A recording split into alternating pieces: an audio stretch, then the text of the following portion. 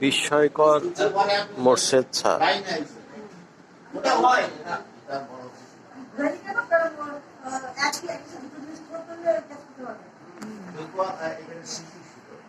শিশুরা আমরা আপনি প্রথমে শুরু করেছিলেন যে আমরা ওর মধ্যে খাই না বাইরে থাকি, শিশুরা বিভ্রান্ত হয়ে গেছে, কেউ কেউ বলেছেন বাইরে। কিছু একটু বলে দেন, আপনি তো বলেননি কিছু, কিছু বলেন।